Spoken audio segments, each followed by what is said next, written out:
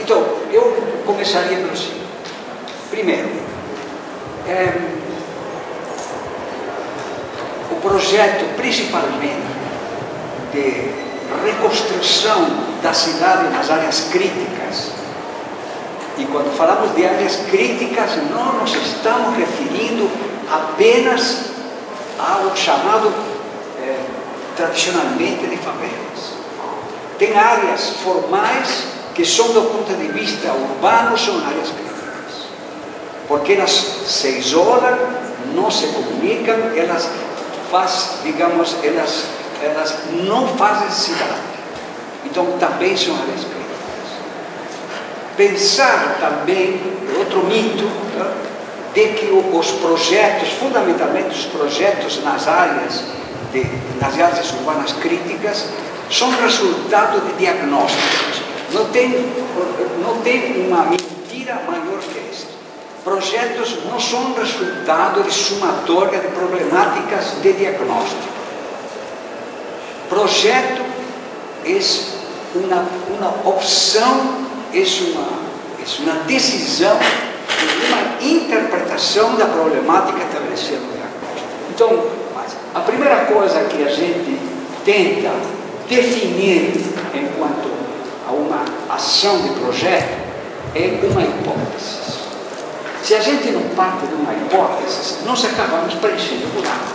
Aqui tem um buraco, aqui tem uma frente, aqui tem um rio, vamos fazer um parque linear. Não? Todo mundo faz parque linear. Vamos lá até aqui de parques lineares. Não sei quem vai ocupar tanto parque linear. Ou seja, nós temos que partir de uma hipótese de cidade. Uma cidade dentro da cidade. Esta ocupação começou nos anos 60 e tem a seguinte peculiaridade. Vocês conhecem o trabalho de Adaísa Sposati, que se chama Cidade em Pedaços? Conhecem? Ela elaborou, digamos, cientificamente uma fórmula para medir a exclusão. Como você mede a exclusão de uma população? Aí tem uma fórmula meio matemática, né?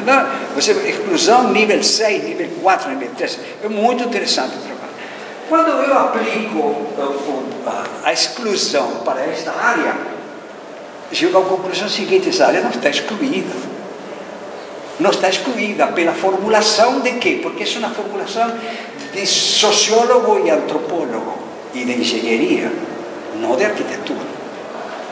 Porque, na verdade, aqui a exclusão está na questão do âmbito urbano. Aqui tem emprego? Tem, aqui do lado. Tem transporte? Tem televisão própria? Tem escola? Tem hospital? Tem comércio? Tem tudo o que você pedir. Aqui dentro. Aqui dentro. E esse é considerado favela. Exclusão zero. Isso é muito curioso. Então, isto é Paraisópolis. Então, se eu não falo que isto é Paraisópolis, isto pode ser qualquer cidade do interior. Mas vamos analisar com maior cuidado. Estas são quadras que estavam estabelecidas pelo próprio poder público, foi feita uma urbanização 200%. E essas fotografias são destas ruas. Olha o seguinte. Então vamos entrar dentro das quadras. Então nós temos já uma vista aqui, é o seguinte, temos outra vista aqui, vou encontrar outra aqui,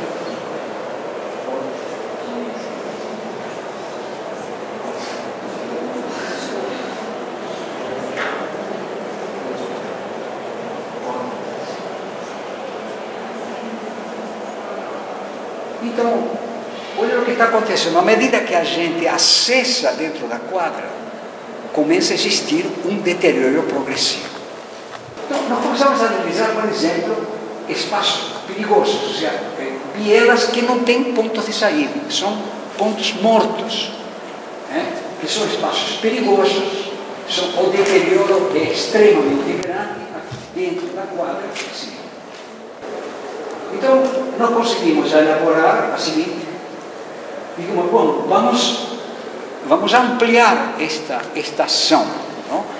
De modo de que agora todas as vielas começam a ter um sentido, todas, porque ele tem um começo Você quando entra na vila, naquele espaço do elemento formal, você sai de um ponto e chega a outro ponto. Os dois pontos são distinguíveis, os dois pontos são legíveis. Então, essa é a base do raciocínio urbano. Então, aqui não tem mais residuais aqui dentro. E aqui tem um prédio, onde eu recoloco as pessoas que removo dentro desse prédio. Então, esse prédio, digamos, estabelece uma espécie de conexão e estabelece uma relação do novo construído e do existente que se autoestimula. Então, olha bem a transformação. Olha, todo isto que está verde, que está laranja, é a existente. E estes são elementos novos. Então, você diz, puxa, que invento interessante.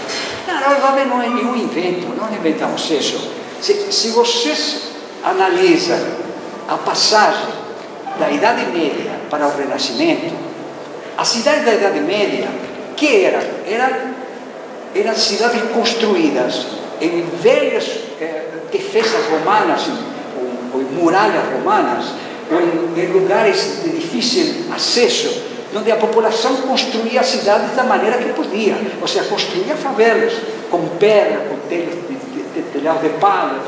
No entanto, quando a cidade começava a enriquecer, as classes comerciantes, eles não saíram dessa cidade e formaram sua própria cidade.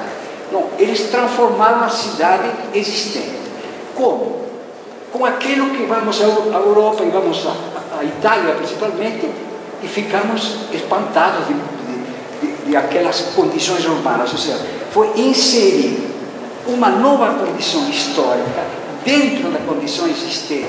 Então começa a existir, ou seja, um urbanismo de interesse curioso, onde a persistência e a existência, nós definimos isto, como definimos no Renascimento, definimos isto como o terceiro território, no qual um tem valor na medida da existência do outro.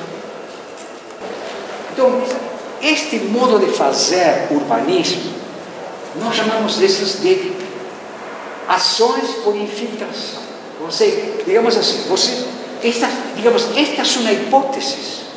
Esta é uma hipótese. Ou seja, você percebe que nós não partimos de um desenho para preencher buraco, ou respondendo à solicitação de diagnóstico. Isso não pode mais ser feito isso.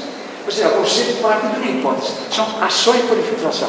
Ou seja, nós propomos, acreditamos, que se eu insiro elementos de contaminação, esses elementos vão realizar a transformação. Por que eu acredito? Porque a história me mostra isso.